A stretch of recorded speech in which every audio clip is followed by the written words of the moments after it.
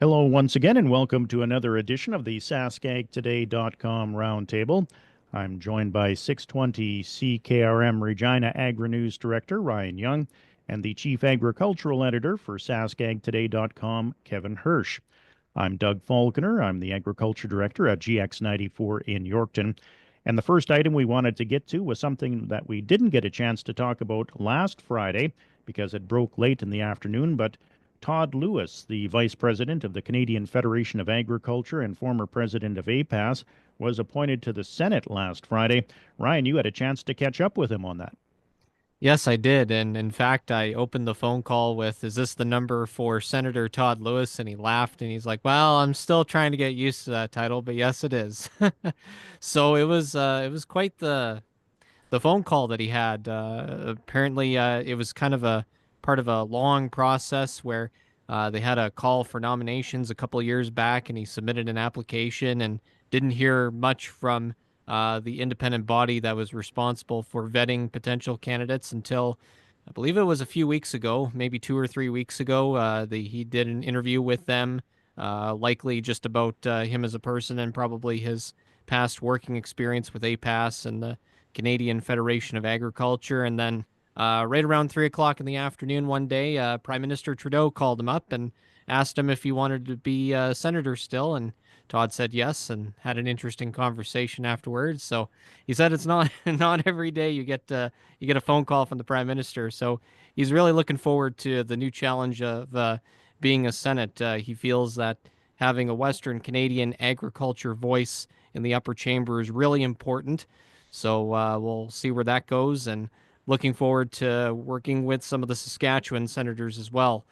So Todd Lewis being the new senator, one of three new appointees. Kevin, what was your reaction to the news? Well, certainly the Canadian Federation of Agriculture is a popular place for plucking senators because before Todd Lewis was pulled out of Canadian Federation of Agriculture, he's vice president there. A former president, Mary Robinson from Prince Edward Island, was also put in the Senate position. In the case of Todd, I think it's excellent because he knows so many people, was active in the farm community, is well recognized, a well-known name. Frankly, how many other Saskatchewan senators can you name?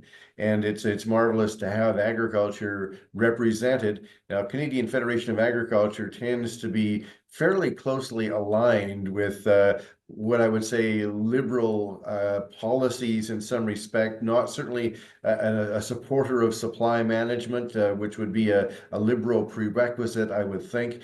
But beyond that, the supply management, not specifically of great importance as a sector within Saskatchewan, but Todd Lewis should be an excellent representative. Great to have someone from the farm community in this province. All right, and of course, we also heard about cattle prices, and Ryan, you had a chance to speak with Emily Schmidt on cattle prices over the past week. Yeah, that's right. And for this latest cattle market update, only the heavier steer and heifer weight categories were reporting for this past week. Not enough data for the 3 to 4, 4, 5, and 5 to 600 pound categories. Just not enough cattle sold at auction just to have that kind of data. But from what was reported, and from what I noticed anyway, the heavier steers, they were mostly down compared to the heifers, which were mostly up. And obviously, as of this recording, we're still kind of in an extreme cold warning, and certainly the cold doesn't really help matters. As why would anybody want to move cattle to auction or move cattle in general when it's -30 out?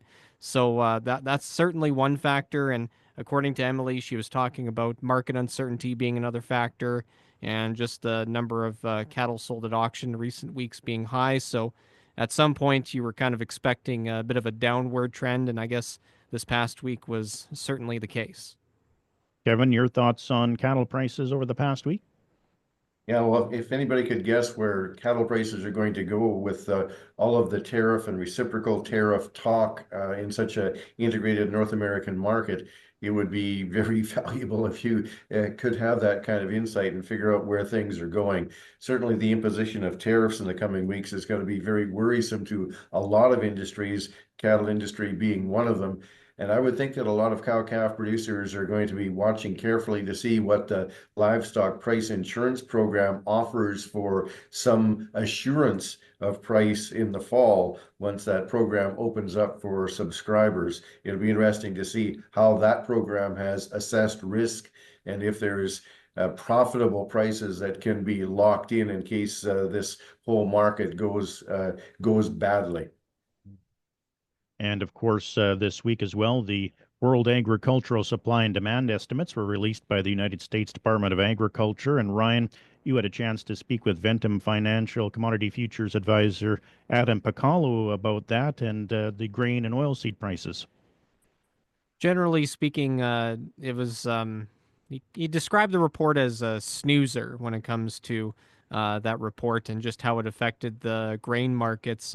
Going into it, though, it was widely expected it was going to set the tone and drive the grain markets as to where they were going to go. But overall, not really a whole lot of movement, not really a whole lot of exciting news, and not really anything in particular that kind of stands out and how they affected canola and wheat futures. Although, one thing for canola, though, the soybean outlook for from a world perspective was kind of positive, so that brought up canola prices up a bit as a result, but nothing a whole lot in particular when it comes to the American side of things. So I guess you could probably say kind of a disappointment overall, but for the canola and wheat futures, they were up slightly this week, just by a few dollars and a few cents. So, Kevin, when it comes to grain and oilseed prices this week, have you been following them closely? Do you still have some product to move, or what do you think of the prices right now? Well, I'm actually looking more at where new crop prices are at, what you can lock in for canola for new crop rather than old crop prices at this point. And I think that is interesting. To me, it is interesting how much strength canola has shown. If you go back in the canola charts a month, 2 months ago, we haven't moved up dramatically, but we've moved up incrementally, and canola prices are stronger right now than what I would have predicted just a few weeks ago. Something else you followed up on this week, Kevin, was the railways and how grain movement has been this winter. And I guess the Ag Transport Coalition, of course, has been telling us weekly that it hasn't been very good. You had a chance to catch up with Milt Poirier.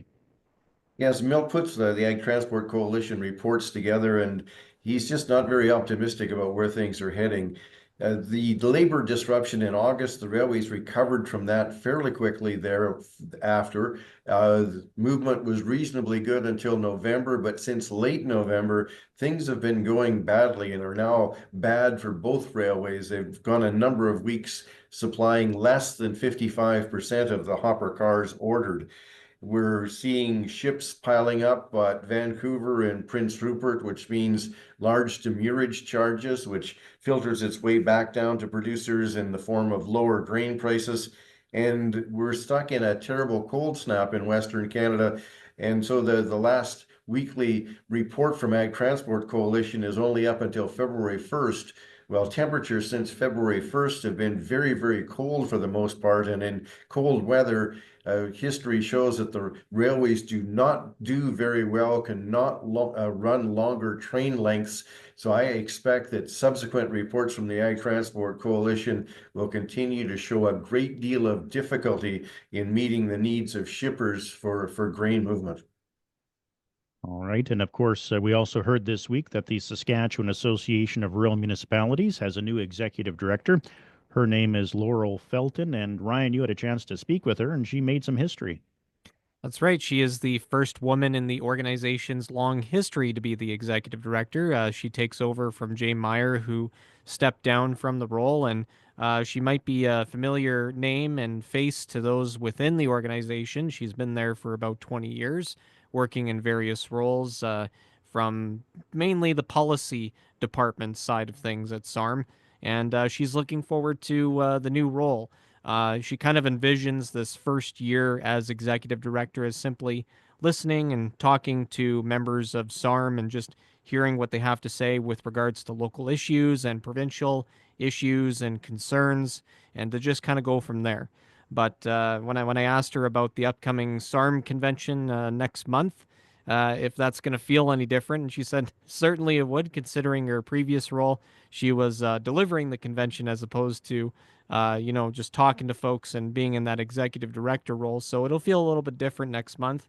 But yeah, looking forward to seeing how the first year goes for her. Kevin, have you ever crossed paths with Laurel Felton at all? Yes, yes, a little bit from time to time in the past with their roles in policy. And I think it would be good to have somebody with full knowledge of the organization, having worked in various roles, filling the role of executive director. So wish her all the best. I personally wish that both APAS and SARM had executive directors that were more visible and more household names. Maybe we'll get to that at some point. There's also been some changes in some of the other organizations for executive director leadership, I understand. Yeah, actually, the Saskatchewan Cattle Association has a new CEO, Christina Betker, and Ryan, you spoke with her as well. Yeah, I spoke with her this morning, and she was kind of taking the same path as Laurel is for her first year, just kind of getting a feel for it and just talking to members and producers about what kind of concerns that they have from a local perspective, as well as in Christina's case, dealing with the tariffs. One interesting thing I found in the Cattlemen's Association news release was her experience working with the Canadian and U.S. governments, and that's really come at a good time as we're dealing with a rapidly evolving situation with the tariffs from the Trump administration. So, a really good decision to bring her in as CEO. Not that Grant McClellan, the previous CEO, did a bad job. He did a fantastic job with the Cattlemen's Association and bringing issues to the forefront, especially with our regular chats all the time on SaskAg Today. But yeah, we'll see where this goes with her at the helm as chief executive officer. I wish her all the best. Kevin, are you familiar with Christina Betker at all? Nope, not at all. Any word as to where Grant left, or is that public knowledge at this point? He left for other opportunities. I believe he took a job in the private sector. I can't remember the company, but private sector opportunity. Okay. And of course, we also have the news from Saskatchewan's Water Security Agency. They released the Preliminary Spring Runoff report. And Ryan, you had a chance to speak with Patrick Boyle on that. Yeah, overall, just conditions at freeze up are way better this time around compared to the previous year. And kind of starting with the runoff potential, if you look at a map on the Water Security Agency website, they have it color coded from below runoff potential to above normal runoff potential, and a good swath of the province is green, and that indicates near normal runoff potential for a lot of areas in the west central, east central, northeast, and southeast areas. And then there's some pockets right around Swift Current, Cypress Hills, Kindersley, Saskatoon, here in Regina and Indian Head. That's going to be above normal runoff potential. And then primarily in the extreme south, where you're kind of in Assiniboia, Val-Marie, Coronach, that's going to be below normal. And as for the majority of the north as well, below normal runoff, considering that going into freeze up, it was kind of relatively dry for the fall, with the exception of some rains in September, and the snowpack that we've had so far certainly has made up for it. So a lot of good things in regards to the runoff potential. They're taking a lot of samples from 100 locations around the province just to see how that's going to translate, and they'll get a better idea of how the runoff is going to be later this month when they collect all the data and analyze all the data. Kevin, your reaction to the preliminary spring runoff report? I think it follows pretty closely the map of percent of normal precipitation that we referred to last week. If you take the map since November 1st to current, it shows high precipitation, mainly in the way of snow, in the same areas that Ryan just delineated regarding runoff potential. And there's a lot of winter left, and some of the big March and even April snowstorms are some of the wettest with the most moisture in them. And right now, it's good that some of the areas that sometimes have trouble with excess runoff are not in a high rainfall or snow melt runoff situation, but some of the dry areas look like they're in pretty good shape. but it's always such a variable situation because, as Ryan mentioned, there are some areas closer to the U.S. border that aren't as lucky as other areas in southern and southwest Saskatchewan. And the last item we wanted to mention was the fact that the Canadian Canola Growers Association has launched the 2025 Advance Payments Program cash advance application. It actually started on Thursday. You can start applying for that. And they say they will begin issuing cash advance funds on April 1st. First time applicants are asked to call the toll free number 1 866 745 2256. But returning customers can use the self serve options available on their online account at ccga.ca. And Kevin, I'm told that farmers can apply for up to $1 million in financing with the interest-free component at $100,000 and the remaining at CCGA's interest-bearing rate of prime less 0.25%. Are you aware of a whole lot of producers that take advantage of this program? It's been increasing, and there are certainly a lot of producers take advantage of it. And of course, we always talk about those maximums, but you have to have enough grain or enough land to warrant. Those are the maximums based on, and it's my understanding that the early cash advances before you have grain in the bin are based off your crop insurance coverage. So it'll be the crop insurance prices when they're announced and your crop insurance coverage that will be a big factor in how high of cash advance you can get. But with the grain economy tightening up and prices lower than we've seen for a number of years overall on a lot of commodities and costs continuing to be high, I expect there'll be a lot of interest to gain in cash advances for operating funds for the growing season ahead. Yeah, I guess there were over 10,000 applicants last year, and there is no deadline. You can apply right up until the program ends next March. So there's no actual deadline to fill it out, but obviously it might be in producers' best interest to do it now if they need some cash flow for the spring. Yep, certainly. And that'll do it for this week's edition of the SaskAgToday.com Roundtable. On behalf of Chief Agricultural Editor Kevin Hirsch and the 620 CKRM Regina Agri-News Director Ryan Young, I'm GX94 Yorkton Agriculture Director Doug Falconer saying so long until next time.